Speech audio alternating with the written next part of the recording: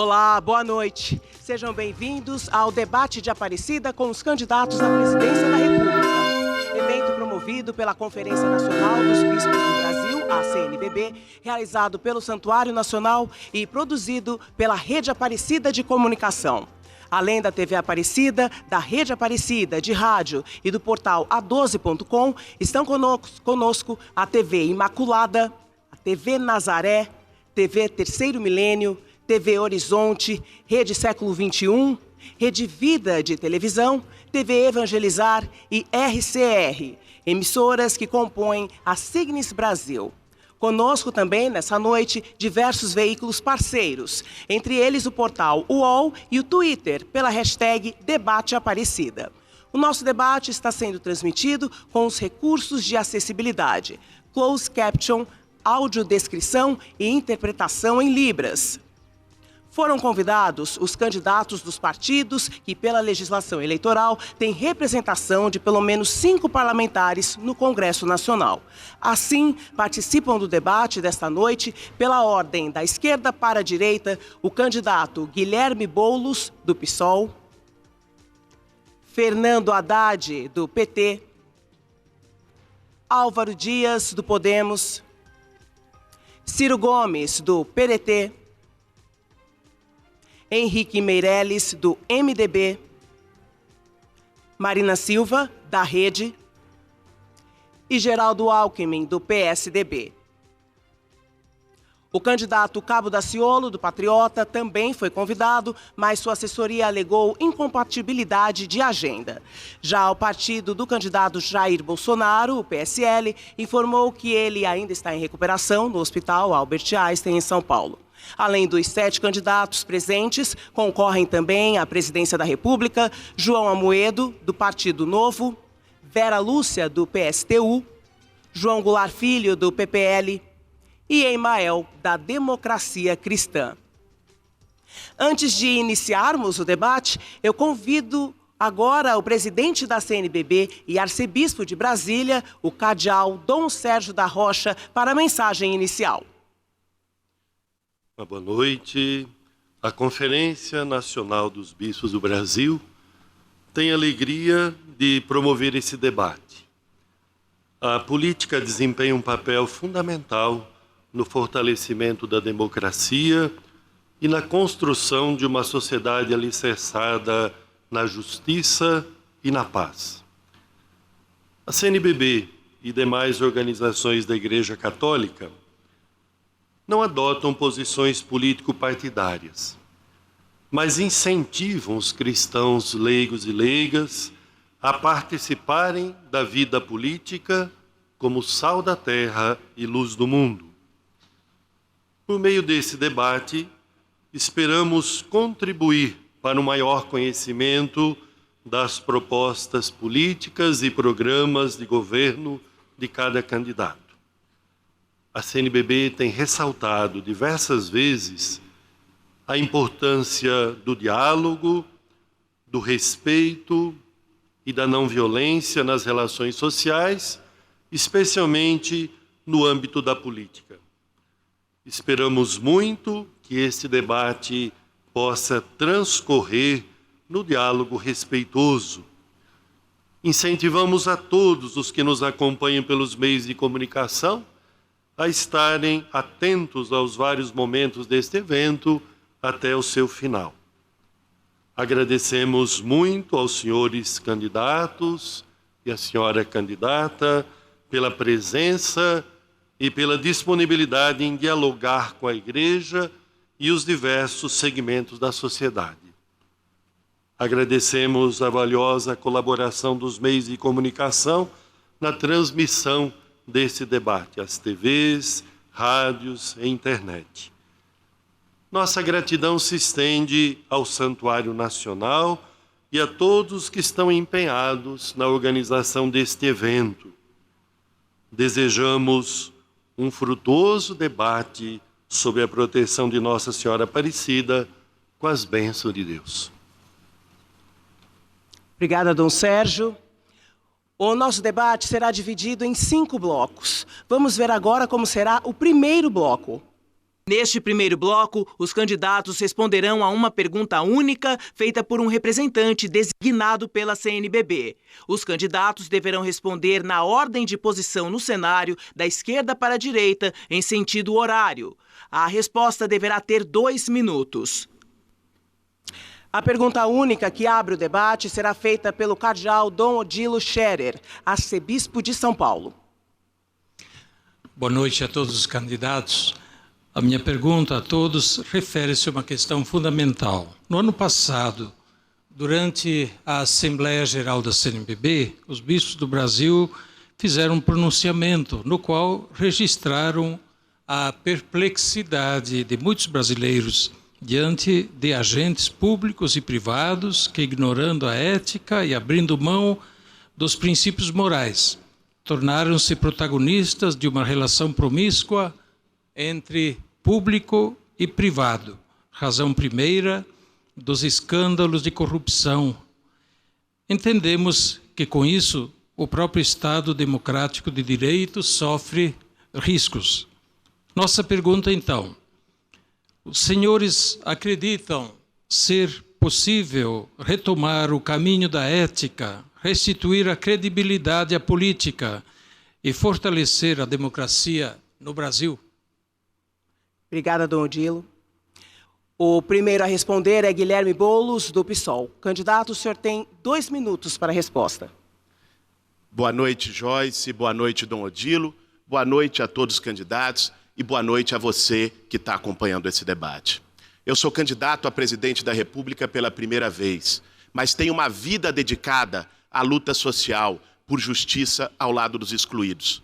Sou coordenador do Movimento dos Trabalhadores Sem Teto, enfrentando essa violência que é a falta de moradia digna. No Brasil, tem mais casas sem gente do que gente sem casa. E a nossa luta se inspira muito pela mensagem do Papa Francisco, com seus 3 T's: teto, terra e trabalho. Nenhuma família sem casa, nenhum camponês sem terra, nenhum trabalhador sem direitos. A igualdade social é essencial para qualquer país. Assim como a ética pública. Porque o Brasil não vive apenas uma crise econômica, não vive apenas uma crise política, vive também uma crise de destino, onde os valores éticos deixaram de ser o centro que guia a política e a vida. É preciso restaurar isso, não apenas com palavras, é preciso fazer isso com ações, com uma profunda reforma política no Brasil, que vai enfrentar de verdade o sequestro que existe do poder público pelos interesses privados, que se manifestam desde as campanhas eleitorais, quando interesses econômicos, empresários, banqueiros, agronegócio financiam campanhas eleitorais e depois cobram em troca fidelidade aos seus interesses. Nós somos contra esse tipo de promiscuidade entre o público e o privado, ele tem que acabar.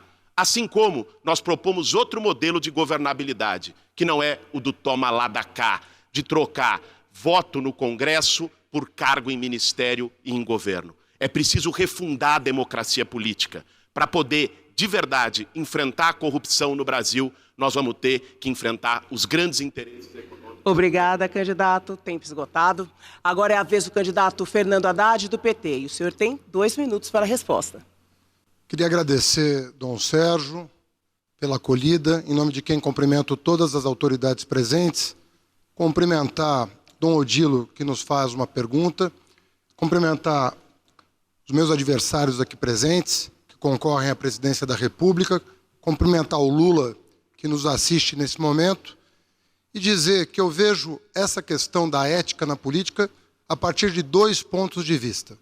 O primeiro, fortalecer todas as instituições que combatem a corrupção no Estado, sem preferência partidária, sem identidade religiosa, política, de nenhuma natureza. Individualizar aqueles que cometeram ilícitos e punir exemplarmente. Para isso nós precisamos ter uma controladoria forte, uma Polícia Federal forte, um Ministério Público forte e uma justiça forte e apartidária.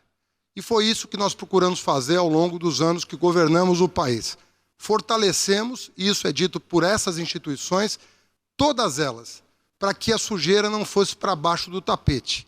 Nós não podemos enfrentar a corrupção a não ser fortalecendo as instituições, doa quem doer. Um segundo aspecto da ética na política é favorecer os mais pobres, fazer programas que atendam à juventude, que faça a juventude chegar às portas de uma escola digna, das universidades, das escolas técnicas, oferecer médico para quem não tem, remédio para quem não tem, casa para quem não tem. E os programas sociais desenvolvidos ao longo de 12 anos de governo foram muito exitosos no sentido de oferecer dignidade ao povo brasileiro em geral, mas, sobretudo, àqueles que mais precisam. Portanto, fazer o dinheiro chegar ao pobre e combater exemplarmente a corrupção pelo fortalecimento das instituições. Obrigada, candidato. O próximo candidato é Álvaro Dias, do Podemos. O senhor tem 2 minutos, candidato. Um abraço a todos. Não poderíamos iniciar com uma pergunta mais importante do que esta de Dom Odilo Scherer. O combate à corrupção é a prioridade no país. O Brasil não pode mais ser governado por organizações criminosas. Nos últimos anos, esse país foi assaltado e, segundo autoridades judiciárias, foi governado por uma organização criminosa. O combate implacável à corrupção começa, evidentemente, pela valorização das instituições, como a Polícia Federal, o Ministério Público e a Justiça. A eliminação dos privilégios, como, por exemplo, o foro privilegiado, que é um guarda-chuva protetor de mais de 55 mil autoridades nesse país e que nos coloca em campos diferentes porque não somos iguais perante a lei. Nos submetermos todos à lei e sermos iguais perante a lei é a ideia fundamental da refundação da República. A Operação Lava Jato é prioridade nacional e deve ser institucionalizada como uma política de Estado no combate implacável à corrupção. É questão ética, sim, fundamental, mas é também de desenvolvimento, porque combater a corrupção é melhorar a imagem do país no exterior e trazer de volta investimentos que daqui foram expulsos pela corrupção. Nós precisamos acabar com essa fase do rouba mais fácil. Agora chegou a hora de fazer mais, muito mais do que se fez, sem roubar, sem deixar roubar e colocando na cadeia quem rouba. A refundação da República é o início de um novo tempo para o país, onde todos deveremos ser iguais perante a lei, com a eliminação dos privilégios. Tempo esgotado, candidato. Quem responde agora é o candidato Ciro Gomes, do PDT. O senhor tem 2 minutos para responder. Boa noite, Joyce. Boa noite a todos os meus ilustres opositores. Meus cumprimentos à CNBB, a gratidão por a honra de ter sido convidado para esse debate. Meu estimado cardeal arcebispo Dom Odilo, palavras sem testemunho não representam nada. O enfrentamento da corrupção no Brasil, e a pergunta específica é se é possível sinalizar com seriedade ao nosso povo se a ética pode voltar a ser uma característica do comportamento republicano dos homens públicos, há de se aperfeiçoar em 2 planos. O primeiro plano é o exemplo, porque os corruptos eles se adaptam a todas as leis. Pouco importa as formalidades, os protocolos, os corruptos sempre acharão caminhos, porque essa é uma fragilidade da obra humana. O que importa aqui é a exemplaridade. E eu, apenas para me apresentar ao povo brasileiro, tenho a honra de completar esse ano 39 anos de vida pública, nunca respondi por nenhum mal feito, nem sequer para ser absolvido. O que não é vantagem nenhuma, é apenas a minha obrigação, mas eu estou me apresentando ao povo brasileiro porque acho que o exemplo é melhor do que muitas palavras. Segundo, é entender que esses últimos 20 anos de democracia fracassaram porque estão replicando a mesma prática. A pretexto de superar a fragmentação partidária, nós estamos permitindo ciclo após ciclo, e assim foi com o PSDB e com o PT, e o resultado foi desastroso para o país, que a cooptação de deputados se faça pelo suborno, pelo aliciamento, pela fisiologia e o clientelismo que coopta e ocupa os cargos públicos. É preciso substituir isso por 4 alternativas que se somam entre si. A primeira, propor as ideias antes para que o povo brasileiro eleja ideias e não caudilhos ou pessoas ou personalidades. Segundo, propor na primeira hora, onde está viva a força popular, mantendo energizada a política. Terceiro, redesenhar um pacto de atacado, trocando as reformas por um pacto federativo novo. E quarto, quando persistir o impasse, chamar o povo a decidi-lo diretamente por plebiscitos e referendos. Obrigada, candidato. E o próximo é o candidato Henrique Meirelles, do MDB. 2 minutos para a resposta, candidato.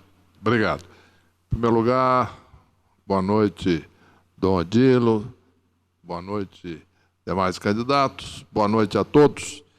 É uma honra estar participando de mais um debate e aqui na Basílica de Aparecida, um lugar tão simbólico do Brasil e para o povo brasileiro. E começamos falando aqui sobre a ética, a honestidade, também oferece um simbolismo especial. Aqui na Basílica nós podemos olhar para o país e ver como o que dizemos aqui pode, de fato, se tornar realidade. A principal coisa é pessoas que são honestas e competentes ocupando os cargos públicos. Começa por aí. No meu caso, eu trabalhei 33 anos em empresas, 10 anos no setor público, nunca tive uma denúncia por corrupção, não tenho nenhum processo. Mas, além disso, tão ou mais importante, em todo o meu período de governo, seja no Banco Central, seja no Ministério da Fazenda, toda a minha equipe nunca foi denunciada ou sequer investigada. Uma equipe competente e que dá um exemplo de honestidade. E terceiro, é muito importante também, criar estruturas para isso. Por exemplo, eu criei estruturas nos órgãos sobre minha direção, por exemplo, no órgão subordinado, que era a Caixa Econômica Federal, onde no próprio estatuto da instituição eu mandei colocar que o executivo tem que ter uma vida séria, uma vida de honestidade, não pode ter sido sujeito a nenhum tipo de corrupção e tem que ser escolhido por uma empresa. Tempo esgotado. Agora é a vez da candidata Marina Silva, da Rede. A senhora tem 2 minutos, candidata. Boa noite a todos. Boa noite, Dom Odilo. Boa noite, Dom Sérgio. Muito obrigada pela pergunta. Boa noite a todos os demais candidatos e a todos que nos acompanham nesse momento. A pergunta é muito oportuna para o momento que nós estamos vivendo, porque o nosso país está sendo derrotado por uma corrupção que é sistêmica e institucional, praticada dentro dos órgãos públicos, utilizando mecanismos espúrios de uso do dinheiro público, o mesmo dinheiro que falta para a saúde, que falta para a educação, para a segurança pública, para a moradia digna. Essa corrupção é inaceitável e ela vem sendo praticada desviando bilhões e bilhões. São em torno de 6% do orçamento, o equivalente ao que se deveria investir em educação, que vai para o ralo da corrupção. Se existe um momento em que Jesus ficou indignado, foi quando ele viu a corrupção e entrou no templo com um chicote para combater aqueles que estavam profanando o templo. Nesse momento, o templo da política, que o Papa Francisco diz que é a forma mais elevada do exercício da caridade, porque é na política que a gente pode exercitar o serviço. A política está sendo usada para enriquecimento ilícito e precisa ser combatida com medida que dê autonomia ao Ministério Público, à Polícia Federal para investigar e que se crie mecanismo de transparência, porque a corrupção funciona nas escuras. Nós temos uma proposta de combate à corrupção que recebemos, inclusive, contribuição da Transparência Internacional, que ofertou mais de 70 propostas. Eu fui a primeira a dialogar com eles e vamos implementar medidas para prevenir, combater a corrupção e, sobretudo, promover uma gestão pública ética, competente e comprometida em servir a sociedade. Tempo esgotado. Quem responde agora é o candidato Geraldo Alckmin, do PSDB. O senhor tem 2 minutos para a resposta. Olha, quero cumprimentá-la, Joyce, cumprimentar Dom Sérgio, presidente da CNBB, Dom Odilo, que nos fez a pergunta, candidata e candidatos aqui presentes, telespectadores, internautas, ouvintes, e ser bem objetivo. Quem enriquecer na política é ladrão. L-A-D-R-A-I-O. Não tem meio termo. A política é uma atividade essencialmente ética, ou não é política. Nós defendemos, sim, uma reforma política, porque o modelo está errado, e o modelo errado não pode dar bons frutos. Nós não podemos ter um sistema com 35 partidos políticos, não temos 35 ideologias, onde as pessoas se elegem pela televisão e não pelo seu vizinho, pelo seu bairro, pela sua cidade. Defendo o voto distrital misto. Melhorar as nossas instituições de controle, todas elas, fortalecer instituições independentes, melhorar a nossa legislação. Por que que campeou a impunidade do chamado crime do colarinho branco? Por não ter punição. A Lava Jato vai ser uma marca, vai ser um marco na política brasileira. Ela muda a história e precisa ser fortalecida. O enriquecimento ilícito, nós defendemos que ele seja tipificado como crime no Código Penal. E defendo também o modelo americano de inversão do ônus da prova para agentes políticos, senadores, deputados, presidente, governadores, prefeitos, funcionários estatais. Se não provar a origem do seu patrimônio, tem perdimento. Confisco dos bens, inversão do ônus da prova, exemplaridade. Obrigada a todos. Nós vamos para o primeiro intervalo e logo depois, no segundo bloco, candidato pergunta para candidato. Nós voltamos já.